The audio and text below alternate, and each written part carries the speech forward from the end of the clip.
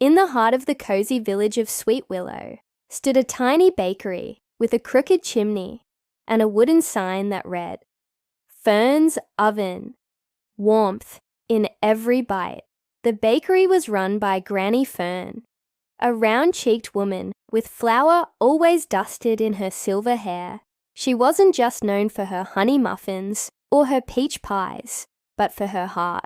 Everyone in the village agreed. Granny Fern didn't just bake food. She baked comfort. She knew everyone's favorite. She made apple rolls for the shy teacher, cinnamon buns for the giggling twins, and gave out sugar cookies, shaped like stars, to any child who looked lonely. But one winter, a fierce snowstorm swept through the valley. It howled like a hungry wolf and swallowed the roads whole. The flour cart that came weekly from the next town never arrived. By the third day, Granny Fern's pantry was nearly empty. She stood in her kitchen, holding her last scoop of flour, and frowned. "No flour, no baking," she sighed. The village began to worry. "What will we eat?" asked little Ben, staring at the bakery's empty shelves. Even the grumpy mayor grumbled. "No morning scones? This is a disaster." But Granny Fern didn't panic. She rubbed her chin, stared at her jars of oats, carrots, and nuts, and said, "Let's get creative." That evening, she grated carrots into a bowl, mixed in oats, mashed bananas, and added a handful of raisins. She stirred and stirred, then baked her first ever flourless hope cake. When the sun rose, the scent drifted through the snow-filled streets like a warm blanket. Villagers peeked outside, noses high in the air. One by one they gathered. "What is that smell?" asked the butcher. "Carrot, banana, oatmeal," sniffed the teacher. Granny Fern chuckled. "It's something new. Want a taste?" Everyone hesitated. No flour, no sugar. Could it still be a treat? Little Ben took the first bite. His eyes widened. "It's good, really good." Soon, crumbs were flying, mouths were smiling, and hearts were warming. Every day that week, Granny Fern made something different. Beet brownies, cornmeal muffins, sweet potato scones. She gave them names like kindness cakes and try me tarts. No one went hungry, but not everyone was pleased. A rich merchant named Mr. Crumple, who owned the town's general store, visited the bakery one cold afternoon. "I've heard you're giving away pastries for free," he said with a frown. "Only to those who can't pay," Granny Fern replied gently. Crumple crossed his arms.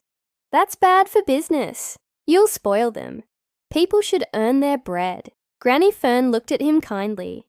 "Sometimes, sir, people just need a little warmth before they can stand on their feet."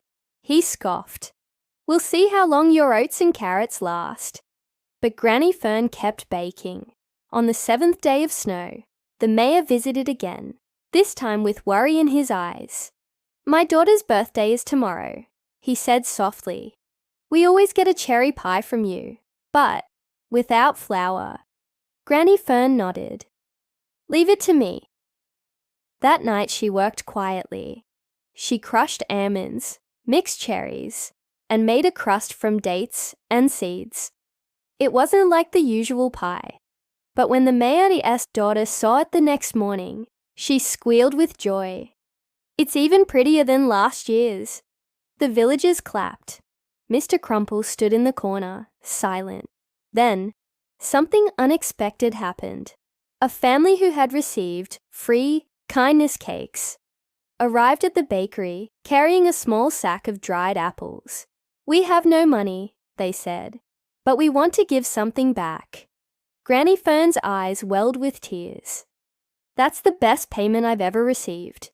Others followed. A carpenter fixed her squeaky door. A boy shoveled her walkway. A grandmother brought her knitted gloves. The bakery was no longer just a shop. It became the heart of the village. When the storm finally cleared and the flour cart rolled into town with bells jingling and horses stomping, everyone cheered. The baker who delivered it asked, "Well, ready to get back to real baking?" Granny Fern smiled. I never stopped.